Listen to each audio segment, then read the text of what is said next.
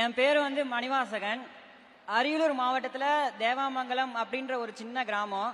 அந்த சின்ன கிராமத்தில் ஒரு குடிசை வீடு. அந்த குடிசை வீட்டில் ஒரே ஒரு மஞ்சள் கலர் லைட்டு. ஸோ அந்த மாதிரி சூழ்நிலையிலேருந்து இப்போ இவ்வளோ பெரிய மேடையில் வந்து நிற்கும் போது ரொம்ப பெருமையாகவும் ஆச்சரியமாகவும் இருக்குது. அப்பா அம்மா ரெண்டு பேருக்குமே படிக்க தெரியாது. அப்பா சின்ன வயசில் இருக்கும்போது ஆக்சிடென்ட் ஆகிடுச்சு. அப்பாவால் வேலைக்கு போக முடியாது. அம்மா வந்து துப்புரவு பணியாளராக தான் வேலை செஞ்சு அண்ணன் அக்கா என்னையும் படிக்க வச்சாங்க. இருந்தாலும் அப்பாவோட மருத்துவ செலவுக்கும் வீட்டை பார்த்துக்கிறதுக்கும் அந்த ஒரு வேலை பத்தலை. காலையில் எந்திரிக்கும் போது பார்த்தா அம்மா இருக்க மாட்டாங்க. ஏன்னா காலையில் ஒரு வேலை, காலையில் பூ பறிக்க போயிடுவாங்க. அதுக்கப்புறம் துப்புரவு பணியாளர்.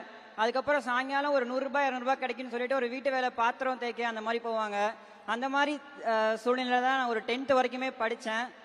வீட்டில் மழை காலம் அப்படின்னு வந்துச்சுன்னா மழையை பார்த்ததை விட வீடு நிறைய பாத்திரத்தை பார்த்தது தான் அதிகம். ஏன்னா கூரை வீடு, வீடு நிறைய பாத்திரம் இருக்கும், ஒழுகும்.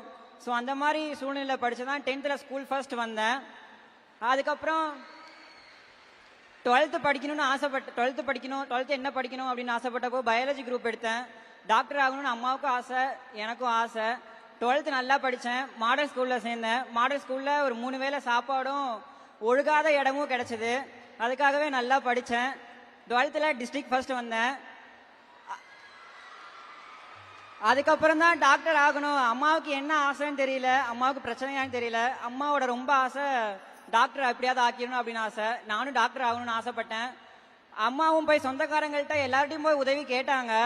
எல்லாருக்கிட்டையும் கேட்டாங்க, நீ ஏன் கடனில் இருக்க, நீ ஏன் உன் பையனை டாக்டர் ஆக்க ஆசைப்படுற, நீ ஏன் படிக்கலை, உன் பையனே டாக்டர் ஆக்கணும் அப்படின்லாம் சொன்னாங்க. அம்மாவை அவமானப்படுத்தினதாச்சும் மிச்சம். காசு கேட்டப்பெல்லாம் நாளைக்கு வா நாளைக்கு வா அப்படின்னு சொல்லி அவமானப்படுத்தினாங்க. கடைசியில் அரசாங்கத்தோட உதவியாலையும் கவர்மெண்ட்டோட உதவியாலையும் ஆசிரியரோட வழிகாட்டினாலையும் கவர்மெண்ட் சீட் வாங்கி இப்போ சக்ஸஸ்ஃபுல்லாக 3rd இயர் MBBS படிச்சுட்டு இருக்கேன். ரொம்ப சந்தோஷமாக இருக்குது. எங்கள் அம்மாவை கூட்டுற அம்மா அப்படின்னு சொன்னவங்க எல்லாம் இன்னைக்கு டாக்டரோட அம்மா இருக்காங்க. டாக்டரோட அம்மா அப்படின்னு சொல்லும் போதே ரொம்ப பெருமையாக இருக்குது. அம்மா இதை உலகத்தையே ஜெயிச்ச மாதிரி ஃபீல் பண்ணுவாங்க. ஸோ இந்த வாய்ப்பு கொடுத்த ஆசிரியர்களுக்கும் கவர்மெண்ட்டுக்கும் ரொம்ப தேங்க்ஸ் சொல்லிக்கிறேன். Udhayanidhi sir, to you want to say something? Chief minister ஏதோ சொல்லணும்னு ஆசைப்படுறாரு. தம்பி, டாக்டர் ஆகிறதுக்கு என்னுடைய வாழ்த்துக்கள். அதே நேரத்தில் ஒரு சின்ன திருத்தம். உங்க அம்மா பணியாற்றின பணியை பத்தி சொன்னீங்க. அது தூய்மை பணியாளராக மாத்திட்டோம் நம்ம அரசுல. அதை நம்ம தூய்மை பணியாளர்னு சொல்லுங்க. சரியா? நன்றி.